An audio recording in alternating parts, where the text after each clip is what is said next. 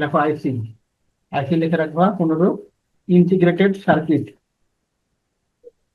Integrated circuit. Integrated circuit, তাহলে আইসিটা কি? আইসি হচ্ছে ইন্টিগ্রেটেড সার্কিট। একটি আধুনিক ইলেকট্রনিক যন্ত্র যা সেমিকন্ডাক্টর উপাদানের, সেমিকন্ডাক্টর সাধারণত ধরা হয় সিলিকনের উপর, সেমিকন্ডাক্টর উপাদানের উপর গঠিত অনেক ক্ষুদ্র বৈদ্যুতিক সার্কিটের সমন্বয়ে তৈরি।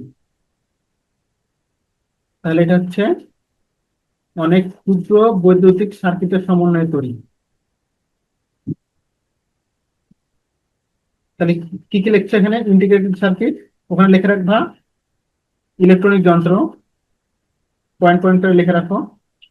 আইসি পুনরূপ হচ্ছে ইন্টিগ্রেটেড সার্কিট, আরেকটা মার্ক করে লিখে রাখবা এটা একটা ইলেকট্রনিক যন্ত্র।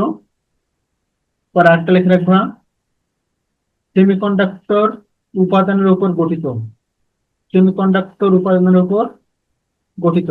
গঠিত। হ্যাঁ।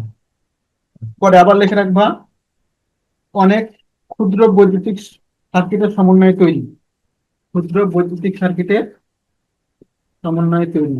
রে। এখানে আবার কি কি থাকে দেখো, এতে ট্রানজিস্টর, রেজিস্টার, ক্যাপাসিটর এবং অন্যান্য ইলেকট্রনিক উপাদান একত্রে একটি ক্ষুদ্র চিপে স্থাপন করা হয়।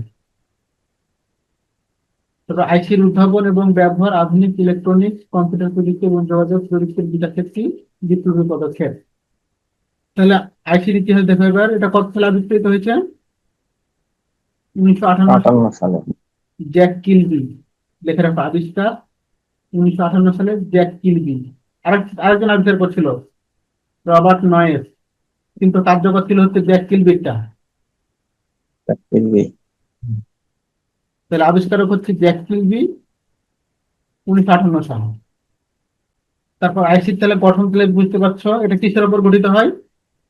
সেমিকন্ডাক্টর, সাধারণত ধরে নিচ্ছি সেমিকন্ডাক্টর। সিলিকন চিপের উপর তৈরি করা হয়। তাহলে এমনি আইসি গঠন হচ্ছে, মূল ভিত্তি হচ্ছে সিলিকন চিপের উপর। এখানে কি থাকে? এক বা একাধিক স্তরের ট্রানজিস্টর এবং অন্যান্য ইলেকট্রনিক উপাদান স্থাপন করা হয়। এক বা একাধিক স্তরের ট্রানজিস্টর এবং অন্যান্য ইলেকট্রনিক উপাদান,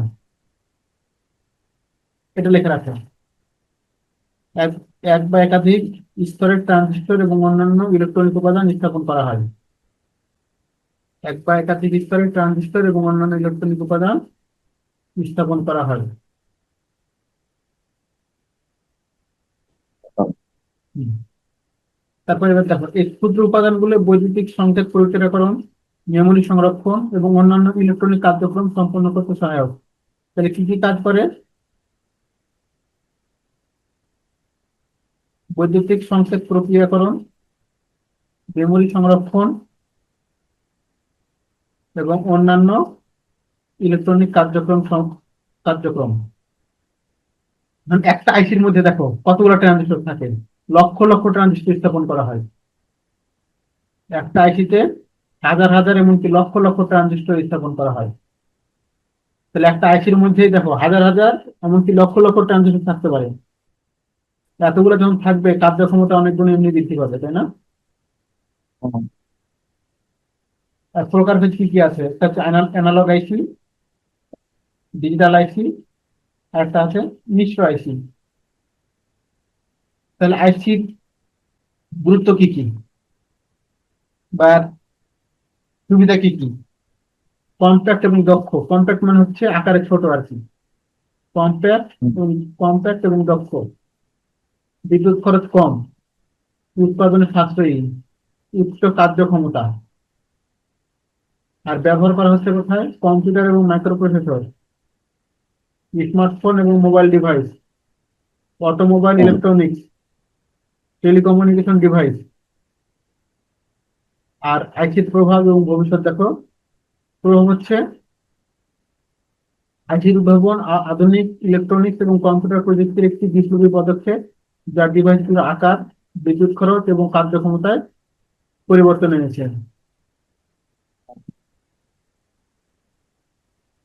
ন্যানো টেকনোলজি এবং উন্নত সেমিকন্ডাক্টর প্রযুক্তি ব্যবহার করে বর্তমানে আরো ক্ষুদ্র ও শক্তিশালী আইসি তৈরি হচ্ছে, যা ভবিষ্যতের কৃত্রিম বুদ্ধিমত্তা, আইওটি মুখস্থ আছে পুনরুক্তা, হ্যাঁ, ইন্টারনেট অফ থিংস এবং অটোমেশন সিস্টেমে ব্যবহৃত হবে।